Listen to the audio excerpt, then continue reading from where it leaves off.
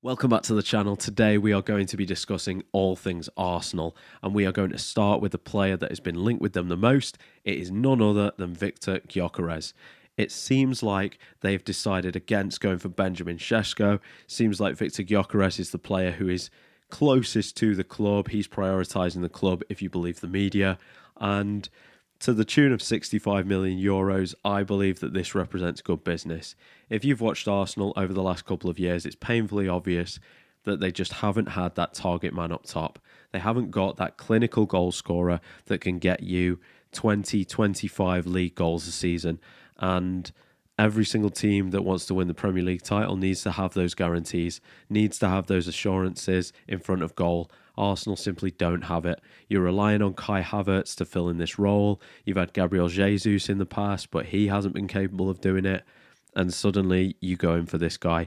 He was, bar Mbappe, the hottest marksman in European football. So you would think that this would solve the problem. Now, it doesn't always work out that way, as we know. Sometimes the form in the Portuguese league or any other league to that point does not always transfer to the Premier League. A case in point, Darwin Núñez was absolutely on fire in his days over at Benfica, comes over at Liverpool, and we all know the story. We know how that one ended. It just hasn't played out the same way. And the same could be said of Victor Gyökeres. The difference is that we've seen Victor Gyökeres in the Champions League absolutely lethal. I always think back to the game against Man City where he dismantled them, and there is a genuine player in there, full of hard running, power, pace. He's a target man, and he knows how to occupy those spaces and get those goals. And he will have loads of opportunities to score because that Arsenal team has got so much creativity from the likes of Odegaard, Saka, and everyone else who's going to be making those spaces. Think about those runs from Declan Rice, those powerful runs from deep to try and create that space for Victor Gyökeres. He's going to absolutely love it. Madueke, he's been linked with a move to Arsenal, and my first question is why?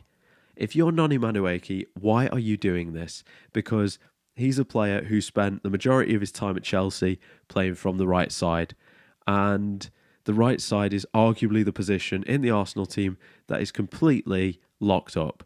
You've got Saka, who is arguably one of the best players in that position in world football.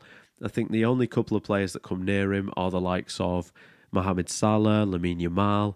Maybe you can go for Doué at Paris Saint-Germain, but you're not looking much further past those players. Saka is a genuinely class footballer, and there's no chance that Madueke is displacing him anytime soon. So then you could say, well, he likes to play as a 10. Okay. Is he really getting the spot of the Arsenal captain, Martin Odegaard? I don't see that either. This to me feels like a market opportunity to bring in a guy who's probably not too fussed about spending some time on the bench, but he can come in, do a job when he's required. He's a bit of an upgrade over the likes of Sterling that they had on their books last season, and he won't rock the boat too much. There's a second factor to consider, and that is Wanyeri, who obviously is stalling a little bit over his continuity at the club. It's believed that he wants those assurances of first-team football. How can they do that? They've got Martin Odegaard and Bukayo Saka, who both deserve to play ahead of him. So it's possible Arsenal are hedging their bets and future-proofing the side against a possible departure on that side. And is it a good bit of business? I think it depends on the final figure that he goes for. But if you're asking me about the Victor Gyökeres signing, I think it's a really exciting one for Arsenal fans. It allows them to play in a completely different way, and I do believe that it makes them competitive. They're almost there, and it just makes me wonder, who are they going to get to fill that spot on the left-hand side?